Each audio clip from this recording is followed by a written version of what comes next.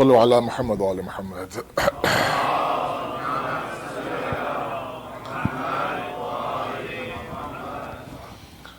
أعوذ بالله من الشيطان الرجيم. بسم الله الرحمن الرحيم.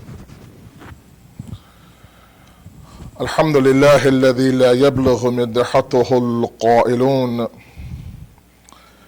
ولا يحصي نعماءه العادون ولا يؤدي حقه المجتحدون، الذي لا يدركه بعد الحمم ولا يناله غوص الفطن، ثم الصلاة والسلام على أشرف الأنبياء والمرسلين، حبيب قلوبنا وطبيب نفوسنا والشفيء ذنوبنا، سيدنا ومولانا أبي القاسم محمد.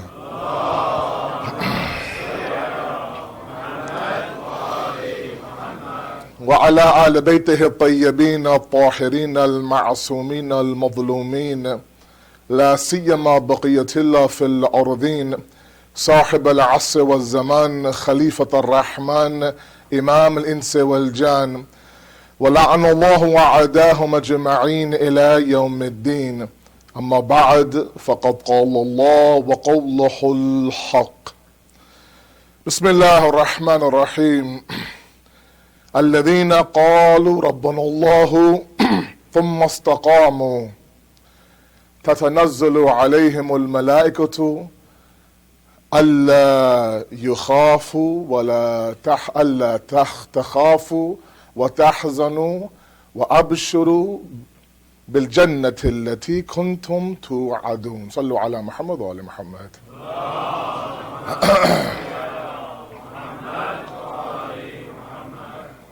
Before we begin, if I can also ask for a little bit of zahmat, for you to maybe move a little bit to my left. Otherwise, we'll ask you twice, I think, during the speech. I'd rather not have that. If you can stay where you're seated. I won't let you get up again. Just if you can shift a little bit to my left, which is this way, that would be great, please. Sallu ala Muhammad wa ala Muhammad.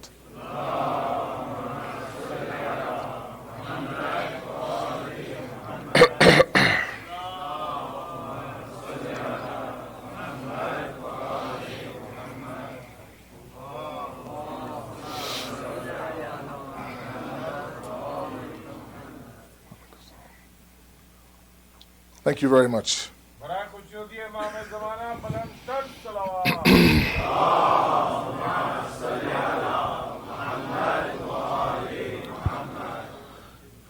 We continue to thank Allah subhanahu wa ta'ala for giving us the opportunity to gather like this together and commemorate that sacrifice, that individual, his companions, his friends, his families, and in that process, perhaps maybe inject us with a little bit of that sense of revolution inside of us as well. Last night, for those of you who were with me, we scratched the surface. We began the process a little bit, talking about the etiquette of Azadari. And we mentioned that our true topic will begin tonight, and we will in a matter of moments. I just want us to realize the importance of these gatherings and make sure that we don't lose that focus moving into the now 10 days. The topic that's been announced and has been floating around in flyers is Imam Hussain is the embodiment of resistance. What's called muqawimat in Islam. And to understand this topic of resistance and resiliency in Islam, I want to make sure that today we establish things through the Quran and the Seerah of the Ahlul Bayt to understand the importance of the concept of resistance. Because we will attempt to prove the fact that in Islam, resistance equals victory. The more you resist, the more of a victor you are. Whether that means you've lost your family, whether that means that your home is in shambles, whether it means that they have destroyed your country. If you've resisted that movement and you're standing after that attack, then you are victorious. Equally inside of us, when we resist shaitan inside of us, now shaitan will attack, shaitan will bruise us, he'll scar us, he'll move us from where we are. He'll cause us to trip and stumble. We'll have bad moments, bad months, bad weeks, and all of this is there. But at the end of the day, when we are entering into our grave, if we have resisted the force of shaitan, we will be victorious. Organizations across the world. And before I enter this conversation, it's not a popular one and we're not here to make friends. Let me also make one point clear to you from my standpoint, from this point to all of you. This mimbar, the word mimbar itself, comes from nabara in Arabic. Nabara means bulandi, elevation. The mimbar becomes a wasila of that elevation, a tool of that elevation. And so the job, quote unquote, of the individual who is sitting on this mimbar is not always to say things that the people want to hear. It's important to give them what they need to hear. Sometimes wants and needs are great, that's when the alim is very happy. Sometimes the wants and needs are complete polar opposites. And that's when we have to make a choice, people who sit on this mimbar. Either we're here to please you, or we're here to please our Creator. Either we can do both at the same time, alhamdulillah, or we make a very difficult decision. And I choose to please my Creator, knowing full well that nobody really here will be upset with me. However, if there are 100 people in this hall, and you're spending 3 hours a day coming here, that's 300 hours every single night across 10 nights, is 3,000 hours, if my math is correct. Those 3,000 hours you won't be asked about, I'll be asked about. And so it's not a popularity contest. There are organizations out there today that spend millions and millions of dollars trying to introduce the world to Imam Hussain. Please understand me very carefully. And this whole obsession, it's a great obsession that we've had for centuries, and understanding the falsafa of Karbala, for example, the philosophy of Karbala. What is this mission? Why did he do what he did? And now, who is this Imam Hussain? And in this dawr, in this era of social media, whenever there is a small event on this very philosophy, you can see it in this corner, and that corner, and this corner, and that corner, and that's great, that's fantastic. Work is being done. Volunteers are coming forward. But the thing that I fear personally is that in all of this, the true definition of who is Hussain is getting lost. In an attempt sometimes to soften the approach of Karbala,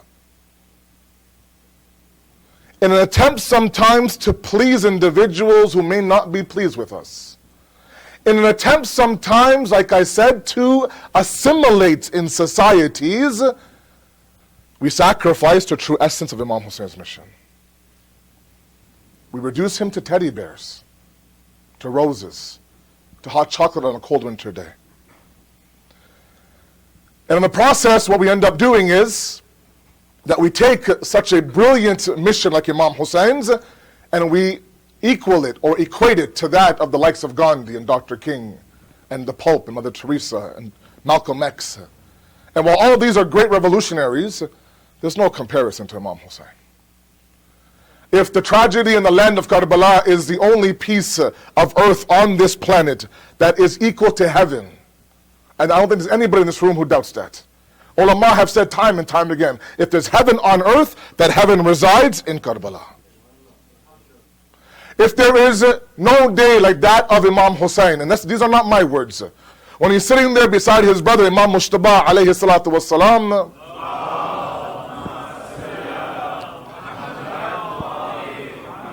during the final days of Imam Mushtaba's life, and all of you are very, very well aware of what halat and what state our second Imam was in, the poison was so bad he was throwing up his own liver. Naturally, a brother sees another brother, he begins to cry. Imam Hussain begins to cry. Imam Mushtaba stops his tears and says, Hussain, la yawma ka yawmaka Aba Abdullah. Today is very hard for you, no doubt, but there is no day like your day, Imam Hussain. Meaning, if we establish that the land, the actual zameen, the khak of Karbala, which is now known as khak-e shifa, How many of you have told me, for my son in the hospital right now, take a drop, Syed of Khaki Shifa, and put it on his tongue? And you watch miracles. How many of you have rubbed khak on those bruises and you've seen miracles happen? The khak is like this. If that Zameen of Karbala is Jannati, if that day of Imam Hussain is like no other, then the man who stood on that Zameen, on that day of Ashura, is equally like no other. So when we place his name even on a poster with the likes of Gandhi, etc., with all due respect to all of you, we're sending a very incomplete message. And we have to be very careful. If we want to understand who Imam Hussain truly is, Imam Hussain is many things. But one thing that Imam Hussain truly is, he is the embodiment of resistance. Tomorrow, and I don't like to preview my lectures beforehand. It's a cheap thing to do, but I'll do it anyways. Tomorrow, we'll talk a little bit about the historical resistance of Imam Hussain. Understanding the states, the political state of Kufa and Medina and Mecca, and when Yazid came into power, to see what is it that Imam Hussain was resisting. And so when we understand that Imam Hussain had the opportunity to not go to Karbala, and not go to Kufa, and stay in Medina, and he was given that option by many people. He had a choice. He had an opportunity to now do what? To go along with the status quo, the majority. But what did he do? He resisted that opportunity. Because resistance is victory. Resistance is also sometimes the most difficult thing to do. And so across these 10 nights, if you're with me, inshallah, we'll break down resistance and resiliency. And I'll use these words interchangeably throughout the 10 nights. There is outwardly resistance right now that we'll talk about, and we will, inshallah. There's inner resistance that we talk about as well. There are these moments where my youth especially are at a crossroads. Sometimes on an hourly basis, you guys are at a crossroads. And what's easier is to take the path that is the majority, the herd's going one, let's go one way. What's difficult is to take the path that's what less traveled. And that resistance has to be our victory. How do we build that? What are those things that stops that resistance? All these things we'll discuss. But first, let's establish the Quranic approach to resistance. All of you with me, inshallah? Sallu ala Muhammad wa ala Muhammad.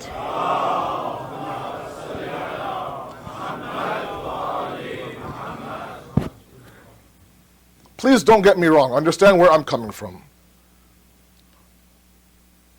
I come here, I sit here after the majlis, I have my tea here. If anyone would like to discuss whatever I say in the member after each majlis, I ask you, please come and sit, with respect of course, and let's talk about whatever is discussed.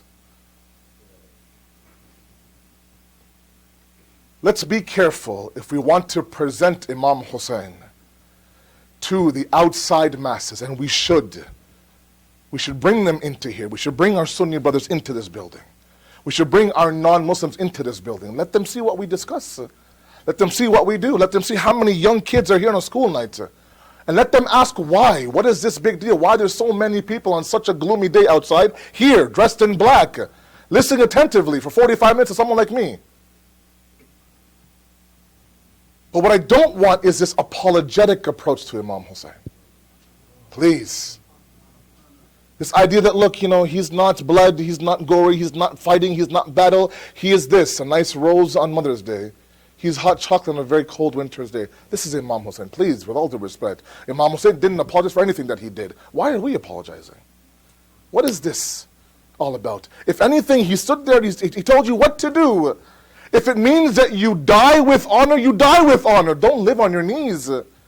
Don't allow yourself to let these individuals dictate to you what your identity is and what your culture is. Imam Hussain is resistance. Imam Hussain is resistance. And resistance is sometimes the most difficult path to choose. And the ayat I read for you from Surah Fussilat in the Quran is the base of our discussion for the next 10 nights. Let's examine this ayat into detail. And let's look at a couple of historical events that tell us that those who were able to resist announced their own success and their own victory. Sallu ala Muhammad wa ala Muhammad.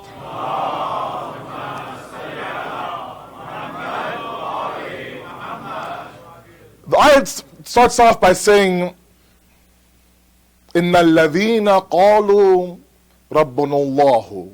Those who say that our Lord is Allah. Those who claim that our Lord is Allah. ثُمَّ اسْتَقَامُوا. And after that, they persevere. They stay on the path. They don't waver. They don't detract. They stay exactly where they are. They fight the fight. They resist. They're resilient. They stay where they are. They do istiqamat on the path. After what? After قَالُوا رَبَّنَا اللَّهُ. After they say that Allah is our Lord, then amalan, they don't waver. They don't shake. They don't for a moment even think for a moment this different path. ثُمَّ اسْتَقَامُوا.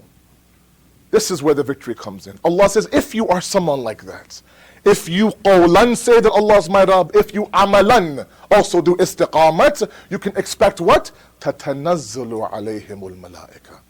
Angels descend onto you. Angels come onto you, and they have a message for you. A very clear message. أَلَّا تَخَافُوا. Number one, don't be scared. وَلَا تَحْزَنُوا. Don't be worried either. And they give you what? Good news. They give you bisharat of what? بِالْجَنَّةِ الَّتِي كُنْتُمْ تُوعَدُونَ. It all starts from the beginning of the ayat. If you are those, for those, إِنَّ الَّذِينَ قَالُوا, number one, who say that Allah is our Lord. All of us do, mashallah. La ilaha illallah, all of us, one by one we say that.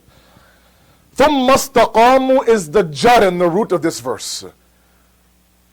Harf, verbal, lip service isn't enough, I'm sorry. Many people have said La ilaha illallah, and the moment that it comes time for you to do amal, they're gone. That's why the Quran says right after ثُمَّ اسْتَقَامَتْ ثُمَّ اسْتَقَامُوا. The moment that you say La ilaha illallah, and then you preserve, then you can expect angels to come down and say, look, don't fear anything.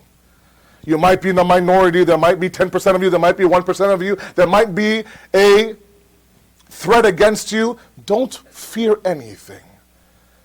You've said La ilaha illallah, you've shown your courage and your resistance. Expect the fact that there is good news waiting for you. Now we see this verse alive in history. We see this verse alive today. Usually this verse is made for the war of Badr, correct? The story of Badr is a very beautiful one. All of you have heard it. The tafsir I mentioned in yesterday's beginning of the Messiah, Tafsir Majmul al-Bayan by Alama Tabarisi rahmatullah alayh. His version or his tafsir of Surah Badr or Jang Badr, sorry, what happened in Badr, is a beautiful one. And I'll give it a very, very quick synopsis. I read too long last night. I apologize for that. I won't read that long today, I promise you. The clock is still not fixed, and now you're expecting me to somehow guess what time it is. When you don't put a clock in front of an alim, he can read at least 2 hours easily. The clock is facing that way for some reason, when I'm over here. I'll do my best for 45 minutes, inshallah. Sallu ala Muhammad wa ala Muhammad.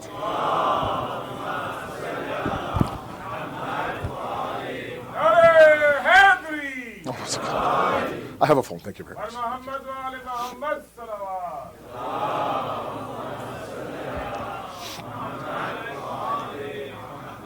He writes in the tafsir that when Badr began, and all of you know these numbers very, very well, mashallah, the Muslims' army was 313, the magical number. And he says that the kuffar on that side were either 900, he even says that some reports say 1,000 individuals. So 3 times the size of the Muslim army. And he says that when you begin an army, or begin a war where the dushman, your enemy, is 1/3 of you, there has to be a sense of confidence in you. Maybe even a sense of egotistical cockiness. That we have this is easy. They're 1/3 of us. And so maybe a little bit of overconfidence comes about in the kuffar. On this side, of course, it doesn't matter how much iman you have sometimes. When you're looking at an army 3 times your size, it's bound to happen that maybe you swallow a little bit harder than usual. Maybe you think, okay, I wonder which one of them will kill me. He says, in the beginning of the war, this was the state of both affairs. But the war began. Keep in mind the ayat. These are people who not only said La ilaha illallah, this was the very first war between the enemies of Islam and the believers of Islam. And they stood their ground in Badr. ثُمَّ اسْتَقَامُوا, they stood their ground. And all of you know that in between, halfway through the battle, sometime in the battle, Allah subhanahu wa ta'ala does what? تَتَنَزَّلُ عَلَيْهِمُ الْمَلَائِكَةِ He sends angels who come in the form of humans. And now, Allama writes that the numbers literally switched. The enemies saw the Muslim army 3 times their size, and the Muslim army saw the enemies 1/3 their size. So it was once an overconfident army is now a very scared and fearful army. And what was once perhaps a little bit of a worried army is now a very confident army. And a war, with all due respect to the Muslims, who they had no business winning that war, they won that war. And Badr was the first battle that was victorious by the Muslims. And the ingredient was what? ثُمَّ اسْتَقَامُوا. They stood their ground. You're sitting there right across the army, and back then you know how they fight, right? I mean, they would send your best 3, you would send your best 3, they would send their best 3, and you would do combat. You could see rows and rows and rows and rows of soldiers. You know exactly how big that army is. But there was an option for us to leave, for them to leave, for them to say, look, Ya Rasulullah, with all due respect, I love you, I believe in you, but I'm not ready for this. This was only a matter of 13, 14 years after Islam even arrived. So yes, this idea of the war of Badr, there was actual angels that came down, but metaphorically, when you look at other instances in history where individuals showed their ثُمَّ اسْتَقَامُوا, victory was theirs. All because they what? They resisted.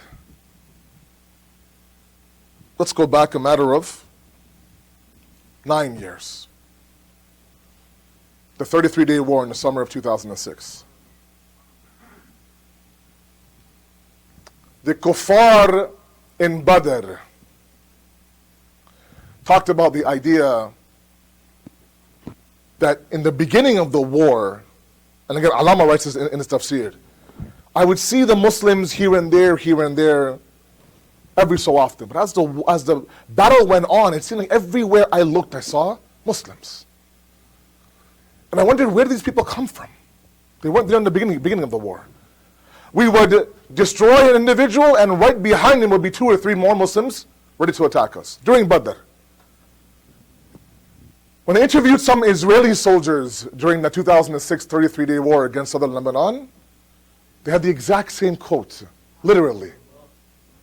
They would say that we would bomb a building, there'd be rubble. From the rubble, there'll be missiles coming out towards us.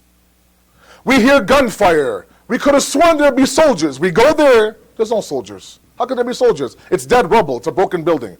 Now I'm not saying God sent down angels. I'm saying that when you do قَالُوا رَبَّنَا اللَّهُ ثُمَّ اسْتَقَامُوا, you can expect victory. And yes, you'll tell me that southern Lebanon was destroyed, Syed. It was. In 33 days, southern Lebanon was destroyed. But after 33 days, that group stood there and they resisted. And they were known as the victor. A couple of years ago in the Gaza Strip, during the month of Ramadan, they destroyed that strip. Bombed schools, bombed homes, bombed buildings in Palestine. All of this one by one, but they couldn't destroy the spirit of the Palestinians. Now you sit there and say, Zahiran, apparently the Zionists of course won that war. They destroyed Palestine. And yet when the ceasefire was called, you saw the Palestinians what? Celebrate in the streets of the Gaza Strip. Why? Because resistance is victory. Resistance is victory. It's not about how many of you are dead and how many of us are dead. It's not about how many buildings are rubble and how many of our buildings are. It's not about that. Sometimes it's not about how you live that's victorious. It's on what path you die that's victorious. There was a man who sent a poem just today, an alim actually, in Urdu. And I won't recite in Urdu, but I'll give you the crux of it. talking about the unique nature of the Battle of Karbala. He says, the ones that were thirsty and the ones that quenched their thirst. The ones that were denied water and the ones that had access to water. He goes, the strange part is that the ones who had access to a river of water are dead now, and the ones who were left thirsty are alive even today.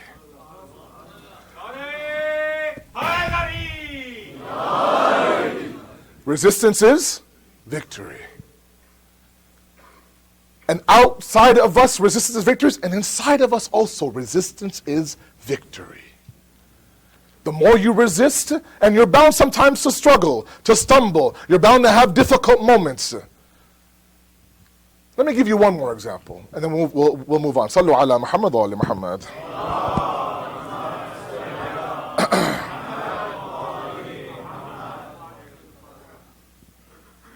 The 8-year war between Iraq and Iran in the 80s. And a year after the revolution, of course, had begun, this country went through a very bloody revolution. And Saddam, of course, being the opportunist that he is, he thought this nation is on one leg. Let me destroy this nation. And of course, internationally backed, of course. And let's wipe out this whole movement of Khomeini altogether. And for 8 years, they bombed this country. What you should know, what you do know, is that halfway through around the war, there was a offer of a ceasefire made to Imam Khomeini. And you would think for a moment that Imam Khomeini, knowing full well that my country just went through a bloody revolution, we're halfway through the war, he would welcome a ceasefire and begin the rebuilding process. But of course he did what? He said, we're not ready for that ceasefire yet. If this war will end, it will end on our terms. You can have the entire support of the international community. But until we say we're ready, this war will not end. قَالُوا رَبَّنَا اللَّهُ ثُمَّ اسْتَقَامُوا. You say one thing, you do the exact same thing that you say. And you're bound for victory. And that was really, and I say this with complete confidence, that was the root and the fruits of that tree is this nuclear deal we saw a matter of months ago. When the enemies and individuals who did their best to destroy that country through crippling sanctions were forced to do what? Come to the table and say, look, we need help with ISIS, we need help in Syria, we need help in Yemen, and oh, by the way, we'll lift sanctions, sign this deal, and please come help us. قَالُوا رَبَّنَا اللَّهُ ثُمَّ اسْتَقَامُوا. I've had the amazing opportunity to live in that country. And live in that country during the most crippling of sanctions. I've seen inflation go up 80% in a matter of 7 days. And the leader and the rapper, time and time again, will sit there and say, look, just be patient. Just ride this storm out. Victory is ours. Victory is ours. Victory is ours. Let the smoke settle. Let them do what they want. You don't move from where you are. ثُمَّ اسْتَقَامُوا. Because what resistance is? Victory. And they broke down this enemy that threw everything at them. They destroyed the countries around Iran. They had this Jang-in Narmi inside of Iran. They had this war of cultures inside of Iran, infiltrate through the media, through the youth, etc., etc. But what? It didn't move from where it was. All these revolutions, these green revolutions, these purple ones, these dotted ones, these black ones, all these different colors came and went. And the mission stayed where it was.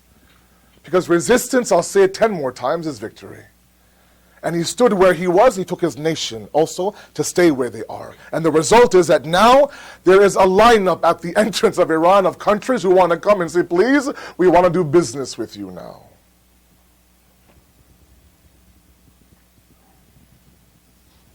We have too many examples that tell us that those who choose the easy path are the ones who are always victorious. Absolutely not. The path less traveled sometimes is a path to victory. Let's come to the life of Amir al-Mu'mineen, Ali ibn Abi Talib alayhi salatu wassalam.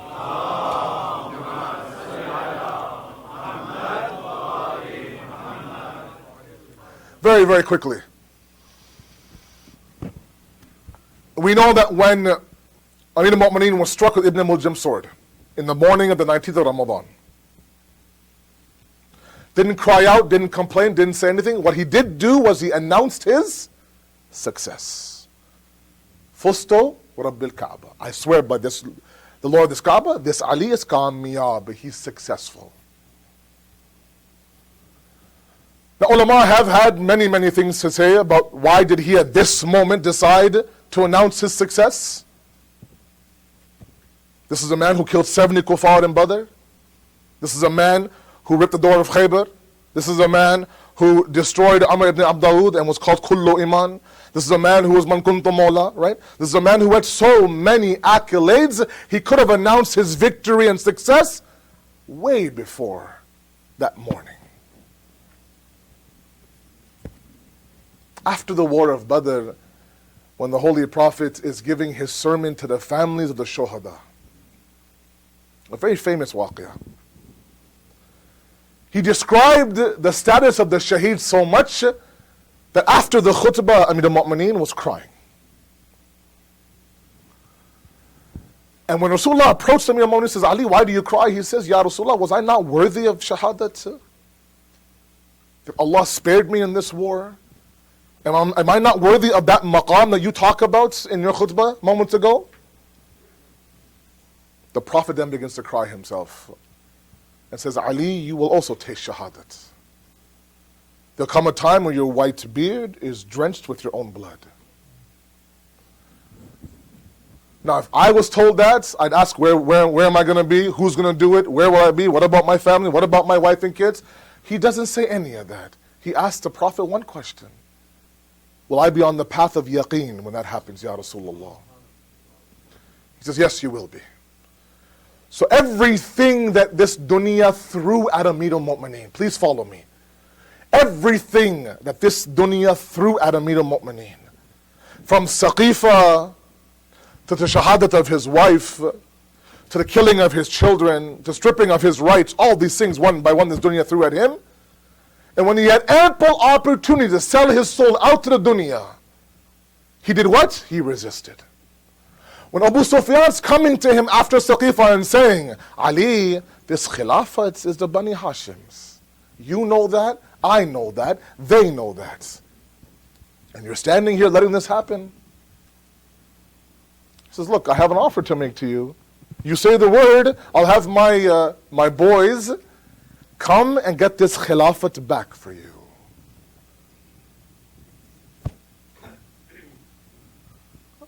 Imagine for a moment that this man is sitting there and the emotional arena that he's living in at that moment. Ghadir happened 70 days ago. His father figure, his father-in-law, his brother, his Rasul, his wali, his everything just left this world. His wife is now a yatim. And Saqifa happens right at that moment. Emotions are running wild. He's a human being. Sometimes we forget that Amir al-Mu'mineen was a human being. And along comes this offer from a man, and he could have 1,000 intentions. We all know that Abu Sufyan's intention was to split and destroy the Islamic kingdom. But perhaps Imam Ali could say, you know what, I don't care about your intention, I want my khilafat. He could have said that. He could have said, you know what, Abu Sufyan, I'll take your offer up and go ahead and get my khilafat back. Why? Because Islam is a booming power right now. It's a superpower. I want all these riches and all this power and all this maqam, everything at my feet. He could have very easily said that. And yet he didn't. When his wife is lying unconscious on the floor, he's being dragged out of his house by individuals that he knows, if he pulls out a Zulfiqar, this is over, he was patient. When one Khalifa and two Khalifas and three Khalifas came and went, he was patient. Pick up khutbah Shaqiyah. How many times have I talked about that khutbah? The pain of Amir al-Mu'mineen. We believe that he was silent. He was not silent, my brothers. He was not silent. He couldn't say any more than he did. But every single time there was an approach and knock on his door to come help Islam, he helped Islam. And every step of the way, when the dunya could have easily pried him away from his path, he resisted that path and said, I need to show my patience. When you go to Najaf, inshallah, there's a line in his ziyad, As-salamu alayka ya asbar as-sabirin. Of all the patient ones, Ali, you are the most patient, my salams to you. That's why the moment Ibn Muljim struck him with the sword, then he says that, yes, I've been successful. Every step of the way, when the dunya poked his hand in my face, I resisted, until Ghaffar himself comes and kills me with this sword. And that is Ali's victory. Because he resisted the path that could have very easily been a path that you and I take. But he didn't do it. He kept the bigger picture in mind. And he sacrificed his own desires for that of a bigger cause. Because when we enter this discussion on the 6th and 7th and 8th, 9th, and those very critical talks, we talk about inner resistance, we talk about the idea of building resiliency inside of us, you'll understand how difficult it is. It's not easy. What is very easy is to follow the herd, is to go up, not to go against the grain. What's very difficult is to take the path less traveled. Sallu ala Muhammad wa ala Muhammad.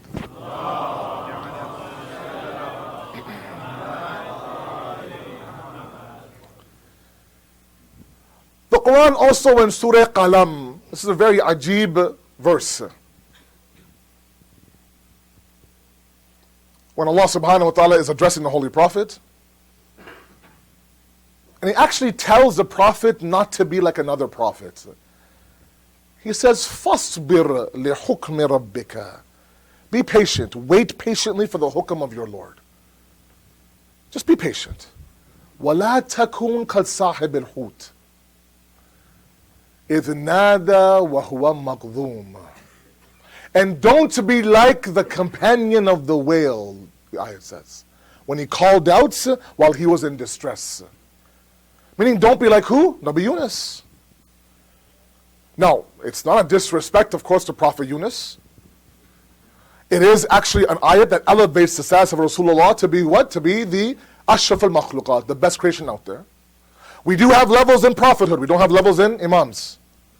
Sometimes you and I have it switched. We believe all the prophets are one, but the imams have different levels. We believe, and I've said this before and I'll say it again, we believe that sometimes, had Imam Hussain and Mujtaba been on the day of Ashura, it wouldn't be the same outcome. Because he's a little bit of a peaceful individual. Thank God Imam Hussain was there, otherwise I don't know what would happen. These are thoughts that, and words that I've heard individuals say. And sometimes it is the fault of the member sometimes, where we actually present Imam Hussain and we compare these two Imams, the second and third Imam, to be one who is very fiery and very outspoken and stand up, and another one who is very peaceful and very calm, doesn't like to rock the boat. We've even labeled ulama sometimes like that. This alim is Hassani, this alim is Hussaini. Quiet-natured guy, very quiet, turn the mic up, you can barely hear him. Even the Masayib, this and that, he's a very Hassani alim. Someone like me who wants to shake this member till it breaks is a very Hussaini alim. Right? And sometimes we hear about these Ja'li hadiths sometimes where, Imam Mujtaba was born and the Prophet put a nice green cloth on him because green means aman and safety and sul and treaty. But when Imam Hussain was born, this bright red chadar or this bandana, whatever you call it, was tied around his head. And what do we do right there? We make a difference between Imam Hassan and Imam Hussain. And we actually say that if Imam Hassan was there on the day of Ashura, he would have done sulh with Yazid. There is absolutely no difference between Imam Hassan and Imam Hussain.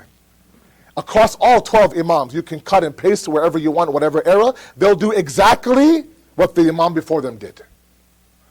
If there is a difference between Imam Hassan and Mujtaba and Imam Hussain, it's not about them, or even about their enemy. Muawiyah and Yazid are the exact same person. The difference are what? The ashab. That's it. We have Hassani ashab, absolutely. We have Hussaini ashab, absolutely. We have Imam Hassan's ashab who in the brightest of the days, in the middle of the war, left Imam Hassan Mujtaba side. Then we have Hussaini ashab, in the darkest of the night with the candle blown out, didn't move a single muscle.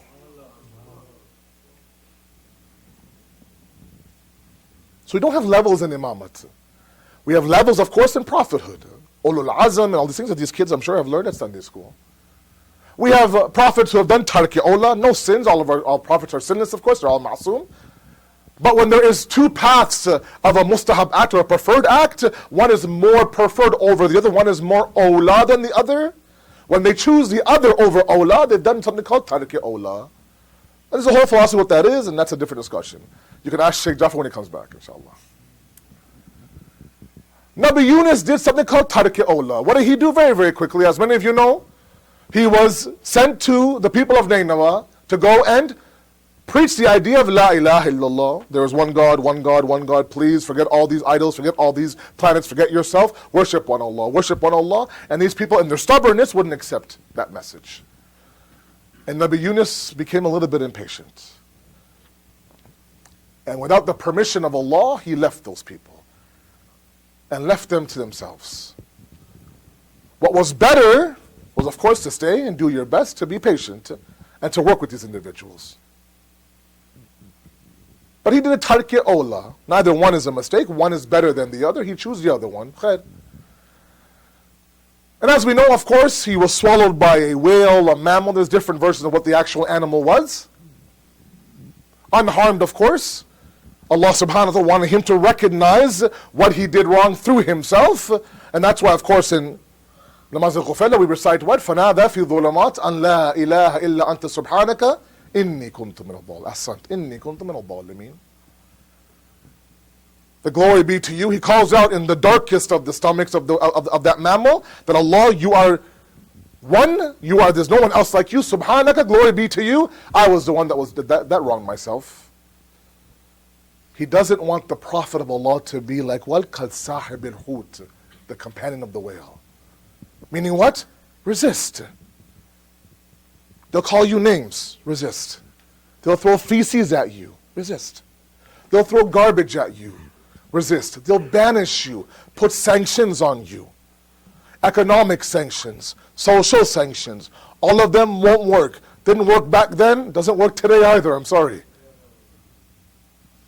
And one by one they'll do this. They'll force you to go to Medina. Everything. But don't. وَلَا تَكُونْ كَالصَّاحِبِ الْحُوتِ. Don't be like the command of the whale. Resist the urge that you might have to leave these people. I know that their lives are jahil. They don't understand. They go to war for no reason. They bury their women alive. They worship idols. They do tawaf of the Kaaba without any clothes on. All these things that we hear about the era of Jahiliyyah. I know, but don't be like the companion of the whale. Resist the urge. It's very difficult. They tried everything for a holy prophet. Offered him everything. Went to Abu Talib. What does he want? Does he want money? We'll give him money. He wants government? We'll give him government. He wants women? We'll give him women. Na'udhu billah. Everything that he wants. Tell us. Name your price. We'll give it to you. When he goes back to the holy prophet, says they're offering you this and this and this and this. That's when he very famously says you can put the sun in one hand and the moon in the other. I won't accept their offer. Nothing. I won't leave my path. قَالُوا رَبَّنَا اللَّهُ ثُمَّ اسْتَقَامُوا. It is the jar of victory. The root of victory is the resistance. To resist the urge to go down a path that's easy. The fight that we're fighting right now, either internally, individually, or externally as a ummah, is a very difficult one. That's well documented, and we'll expand on that a little bit down the road. But resistance is our only option. So if we want to ever introduce Imam Hussain to a non-Muslim, or a non-Shia, or even to each other, let's remove all these personalities. I'm sure they've done great in their own respective countries. Imam Hussain is standalone. Imam Hussain is the embodiment of resistance. And if we want to travel the path of this Hussaini movement, we have to inject ourselves with a hint of resistance as well. Otherwise, these 10 days come, these 10 days go, they become annual rituals that we do on a habitual basis. And nothing is done. And that's not what we want. Like I mentioned last night, we should be moving now towards the zuhur of the Imam, preparing ourselves for the arrival of that Hussain, whose arrival is imminent. And we do it by understanding this Hussain first. Right? One small point and then we move towards Masab. Sallu ala Muhammad wa ala Muhammad.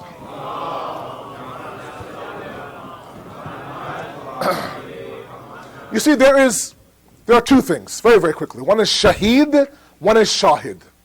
Okay? One's a martyr, one's a witness. Okay? On the day of Ashura, there are also two different groups of different individuals.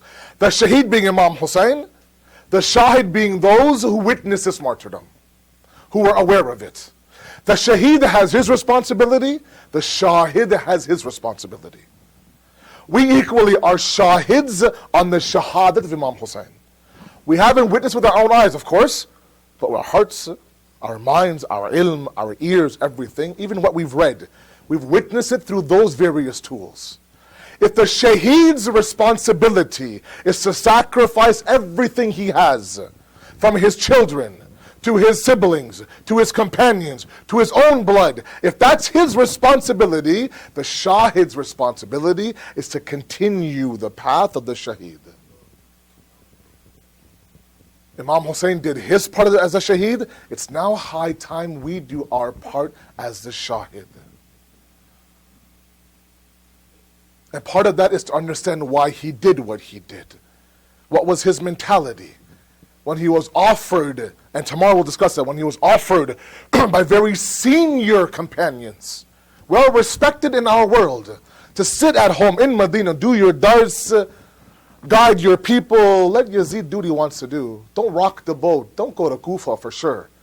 Just sit at home. Don't do bay'at, that's fine. But just let it keep going as it is. Why didn't he accept that suggestion? Why was it mandatory for him to say that I have no other choice but to leave the comforts of Medina and Mecca and go towards the people of Kufa? We'll discuss that tomorrow, inshallah. But just so we all understand today, Imam Hussain is many things. Encyclopedia. One thing that we want to focus on in these next 10 nights is a symbol of resistance and resiliency. The Quran has time and time again told us that if you are people who stay where you are, persevere, don't leave the path, don't waver, don't shake, don't fall, then you can expect me to send you angels that will give you good news of Jannah. We've seen that in Imam Ali's life. We've seen that in the war of Badr. We've seen that in the Prophet of Allah's life. We've seen that in today's day and age. Of those people who follow the same path of Imam Ali today, are the same people who do that same istiqamat, are being victorious day in and day out in front of us. There's too much evidence out there to ignore the importance of being resistant. And we'll expand this and explore this a little bit as we move on. Sallu ala Muhammad wa ala Muhammad.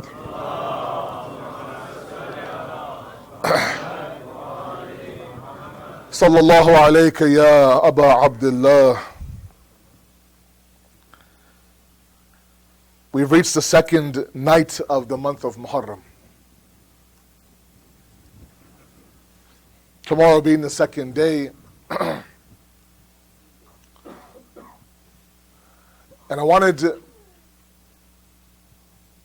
talk a little bit about, number one, the rukhsat from Medina, the leaving of this qafila on the 28th of Rajab, and of course their eventual arrival in Karbala. We know that in the 28th of Rajab, this qafila of Imam Hussein's begins to prepare itself for this very long journey.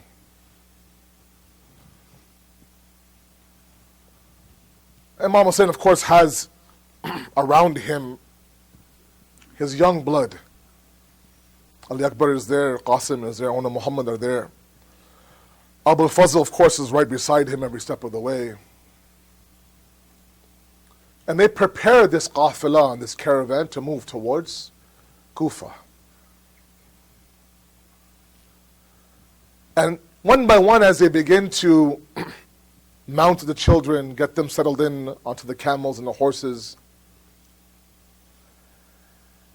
there's a call made to the people who were there to say their khulafas and goodbyes to Imam Hussain in the Qafla. There's quite a large crowd there to witness this exit from Medina. A call is made to lower your gaze. The daughter of Fatima is now coming out.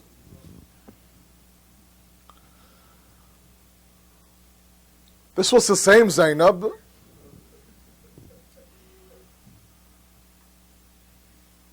that when the 19th of Ramadan came and Imam Ali was brought back from the masjid, and now of course news had spread all over Kufa that Ali was struck. And Imam Ali, when he first saw the tears of Imam Mujtaba in the masjid, he said, "My son, ya bunayya, be patient. Now is not the time to cry." When Imam Ali saw the tears of Imam Hussain, he said, "Hussain, be patient. Now is not the time to cry." When Imam Ali asked Imam Mujtaba to please bring me to that room where I do my ibadat and sit me down and allow Zainab and Kulthum to come and see me, when Imam Ali sat in that hujra, in that room, and Bibi Zainab entered that room, and she saw Imam Ali, and she begins to cry, Imam Ali didn't tell her to be patient like he did for Imam Hassan and Imam Hussain. In fact, he didn't say a single word. Imam Ali began to cry himself. Mawla, one tear of Zainab. Mawla, one tear of Zainab, and your heart is broken. You forget about your own pain. You forget about the poison. You forget about the scar. You forget about this sword. Over one tear of Zainab. I'll say this to you, Mawla, it's a good thing you weren't there in Bazar-e-Sham to see what Imam Sajjad saw. The same Zainab that when Ali would take his family out to travel and he would enter Kufa, he would wait outside the outskirts of Kufa for the sun to set, for them to enter the city, just in case there might be one set of non-mahram eyes that are looking at Zainab. The neighbor of Ali would often say, "I know that Ali has daughters. I've never seen them before." This was the same Zainab who now was coming out of this house looking to be mounted onto a horse. The call is made, lower your gaze. Out comes the daughter of Fatima. Bibi Zainab comes out. I really want you to imagine this now for a moment. Surrounding her, waiting for her, are these young soldiers. On one side are her two sons. On one side is Qasim. On one side is Ali Akbar. On one side is Abul Fazl. In front of Zainab, offering his knee to mount her, is her own brother Hussain. And all of these young lions of hers are there protecting her, surrounding her, making sure that she mounts the horse properly, making sure she has everything she needs. This is when, 28th of Rajab, they're leaving now Kufa, come to Sham-e-Ghariba. Come to Sham-e-Ghariba, the same Zainab. When this qafila is now moving from Karbala towards Sham, and Kulthum and Zainab are mounting every child, every woman on these camels, one by one by one, both of them are left. Kulthum says, Zainab, I'll mount you on the camel. Zainab says, Kulthum, I'll mount you on the camel. Zainab mounts Kulthum on the camel. And there stood the daughter of Fatima all by herself, right in front of the camel. You're telling me for a moment that her mind didn't go to 28th of Rajab in Medina? I had all of my young lions and soldiers waiting for me. Where are they now? Our books tell us that she turned towards Furat and said, Abbas, your Zainab is standing here, waiting to be mounted, and you lie there on the banks of Furat. This qafila now moves towards Kufa. All of you know how he ends up in Karbala. When they get to a land, the books tell us that Imam Hussain Zuljana stopped. Imam Hussain thought that maybe his horse was tired. He gave him some water. He gave him a little of a break. He still wouldn't move. They changed the horse 7 times. Each and every single one of those horses wouldn't move from where they are. And this entire mission of Imam Hussein's, there's only 2 times that Imam Hussain Zul-Janah didn't do what Imam Hussain told him to do. One of them is the 2nd of Muharram, when he stands there on the plains of Karbala, refusing to move. The second one is Asri Ashur, where after saying his khulafis al-vilas to his women, Bibi Zainab mounts him on the Zul-Janah. The Zul-Janah now is told to move towards the Maidan of Karbala. He, however, doesn't move. Imam Hussain says, look, Zul-Janah, I know you're tired. I know from morning till now you've been with me, lifting body after body. This akhri zahmat, this last zahmat, just drop me in the middle of the Maidan of Karbala and you are Asad, you are free to go. They say that the horse still wouldn't move, but he began to put his head down, almost as if he was pointing to something. Imam Hussain looked down. He saw a 4-year-old Sakina clutching the legs of the Zul-Janah, saying, hey Zul-Janah, where are you taking my Baba? Every single person who has left from morning till night has gone and not come back. Imam Hussain comes off the Zul-Janah. He for the last time hugs Sakina, explains to Sakina what has to be done. She then begins to speak to the Zul-Janah and says, hey Zul-Janah, my Baba is very thirsty. My Baba hasn't had a drop of water since morning. If you can, take him to Furat and let him have a little bit of water. 2nd of Muharram, the horse doesn't move. Imam Hussain says to Abul Fazl Abbas, find out if there's a nearby Qabila here somewhere, a tribe somewhere. Ask them what this area is called. A tribe comes out, the Bani Asad tribe comes out. Imam Hussain begins to converse with them. Can anybody tell me the name of this area? Someone says Shattul Farat, someone says Nainawa, someone has all these names. Until a very, very old individual from the back moves ever so slowly to the front of the Qabila and says, Mawla, I've heard my Ajdad, I've heard my elders call this place Karbala. Imam Hussain summons Abbas, Abul Fazl, pitch up the tents and the khayma, unload the horses and the camels. This is where we will be. This is where my Ali Akbar will be trampled. This is where my Qasim will be trampled. This is where my Abul Fazl will lose his arms. This is the place of Karbala. Imam Hussain then gathers the men of the Bani Asad tribe. He says, look, there's going to be a war here. There's going to be a battle here. Our bodies will be lying here on the plains of this sand. If you can, please, all of you collectively bury our bodies. He then pitches up a little bit of a partition and speaks to the women of the Bani Asad tribe. He says, if your men are not able to bury us, if all of you collectively as women can dig one massive grave and just kind of place our bodies in that grave, we'd be very, very thankful to you. Can you imagine now, this is the 3rd Imam. And then he goes to the small kids of the Bani Asad tribe and says to the kids of the Bani Asad tribe that if your fathers and your mothers are not able to bury us, if you can, with your small masoom hands, pick up the khak of Karbala and just drop it on our bodies. This was the request of Imam Hussain. He told the Bani Asad tribe that there will be ziyarats done here. My lovers will come and visit me. Whenever you see a Za'ir or someone who's come to send her salams to me, tell them that their Hussain sends their salams to him. Tell them that when you drink a glass of cold water, remember my thirst. Tell them that you can come and you can send your salams and you can request your du'as. Your Hussain loves you. Your Hussain sends his salams to you. سَيَعْلَمُ الَّذِينَ ظَلَمُوا أَيَّ مُنْقَلِبٍ يَنْقَلِبُونَ إِنَّا لِلَّهِ وَإِنَّا إِلَيْهِ رَاجِعُونَ. Matamir Hussain.